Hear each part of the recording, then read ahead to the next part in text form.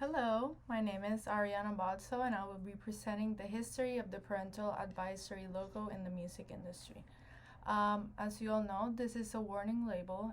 It was introduced by the Recording Industry Association of America in 1985.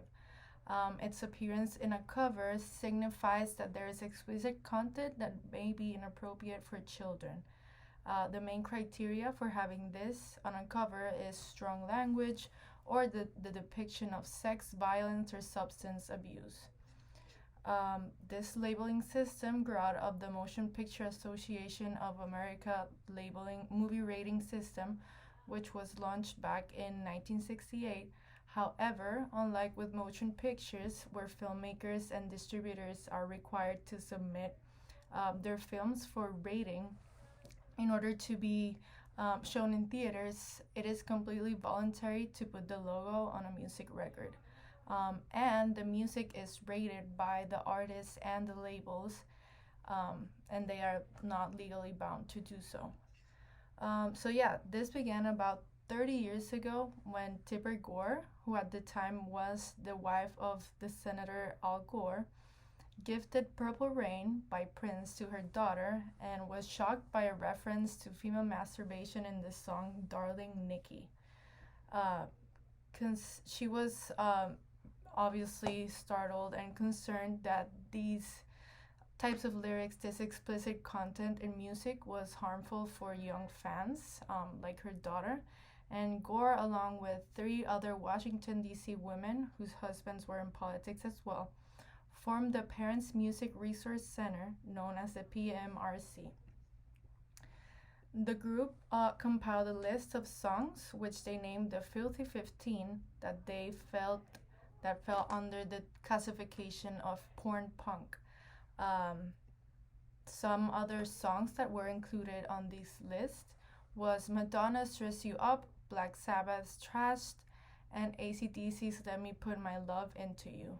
Also, other artists were included as well, such as Cyndi Lauper, Sheena Easton, and the Mary Jane Girls. However, censorship of rock and roll was already a thing. Elvis Presley's second single, Good Rocking Tonight, was banned in Houston in 1954 because of certain lyrics that were seen as too suggestive. Remember in class we talked about the use of the word rockin' and rock as like a double meaning for like a sexual innuendo. But also the Everly Brothers' Wake Up Little Susie was also banned in Boston. However, this time it was different. The PMRC successfully brought the issue to a congressional hearing in September of 1985 with the intention of having the RIAA voluntarily enforce the parental advisory label. At the hearing, artists like Frank Zappa, Dee Snider, and John Denver testified against it because they saw it as artistic censorship, and they said that lyrics could also be misunderstood. For example, John Denver spoke out against this censorship, pointing out that his song Rocky Mountain High was largely mistaken for a drug song when it in fact wasn't. Zappa also called the hearing a waste of government resources, claiming that if these women didn't have powerful men in Congress, then it wouldn't have gotten to Congress. However, the RIAA decided to comply with the PMRC's request and created the labeling system that we all know now. And this was for records that were deemed obscene. The labeling system was not perfect, the criteria wasn't clear, and some said that it intervened with the government laws that government should not come in between media and the public. For example, there was confusion about Frank Zappa's 1986 album Death from Hell because of the use of the word hell in the title and his clear opposition to the PMRC. The album was marked with the label in some stores, yet the music was entirely instrumental and it didn't have anything offensive. While porn rock was the main focus of the PMRC, it was the rising popularity of gangster rap in the late 80s that really motivated parent groups to pressure the RIAA on the issue of the parental advisory labels. Fun fact, the first hip hop album to have the sticker was Ice-T's debut album, Rhyme Pays. At first, musicians were concerned that the parental advisory labels would bring down sales. Walmart announced that they would not carry albums with the labels, and it did look like the labels would hurt artists. This meant that in order to get those albums into stores, record companies had to censor lyrics and produce clean versions of songs, which often like completely changed the lyrics and what the initial intent was for the artist.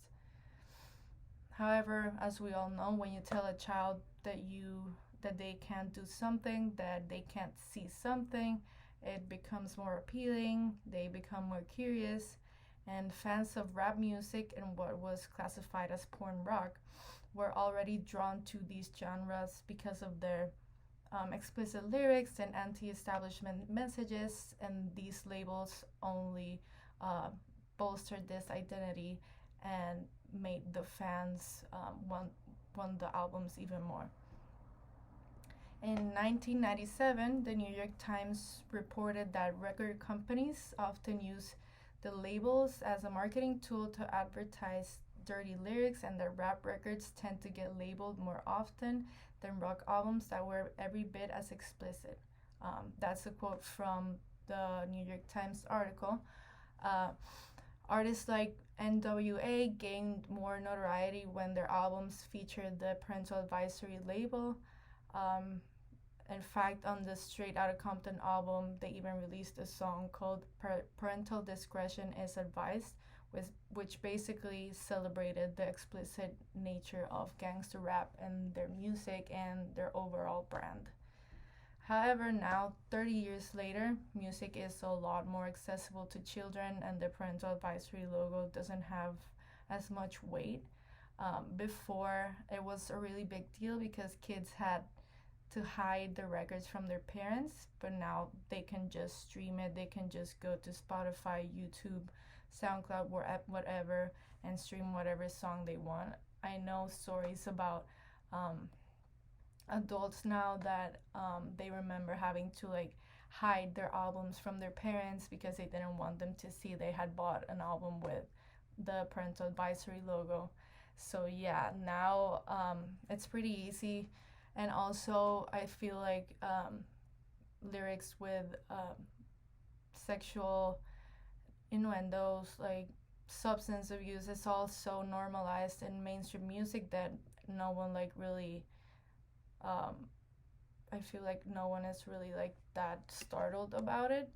But yeah, that label is almost inseparable from the genre, and for many albums outside of hip hop as well, almost the entire music industry, you have an album with that logo, and it's like I don't think I even notice if the album has it or not. I was looking at my album collection just to see which ones had it, and I have some here. Wait, let me. So this one right here, but honestly I hadn't even like noticed right here.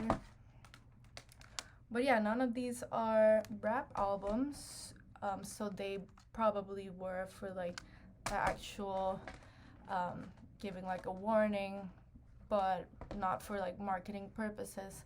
But yeah, that's the story of the logo.